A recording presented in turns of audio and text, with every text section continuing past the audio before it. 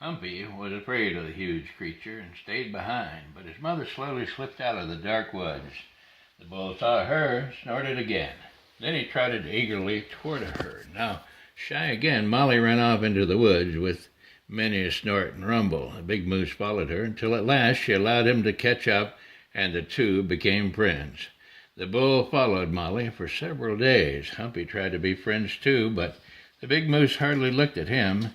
He would have to run over Humpy if the little fellow had not jumped out of the way. Oh, he would have run over Humpy, if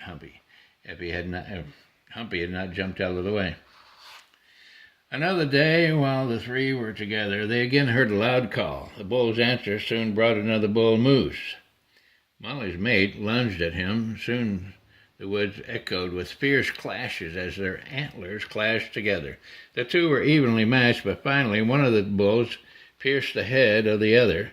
When he tried to pull away, he couldn't, for their antlers were locked together. Humpy and his mother watched the hopeless struggle for a while. Then toward evening they heard a heavy animal moving in the brush. Molly sniffed, and then she and Humpy ran quietly out of the way.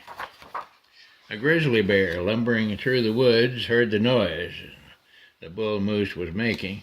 When he found out what had happened, he gave a low growl. Then, with a roar, he rushed at the struggling moose. The live bull tried to face him, but he was helpless, and in the short struggle that followed, he was the loser. Humpy and his mother watched from a distance as the bear began to feast that was to fatten him for his sleep through the coming winter.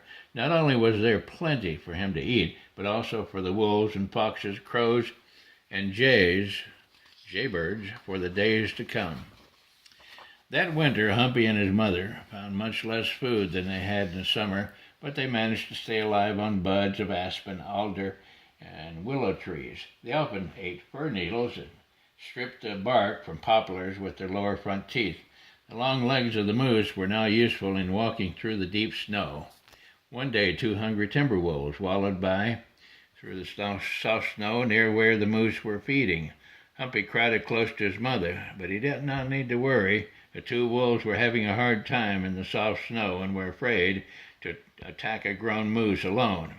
A better time for hunting would come later.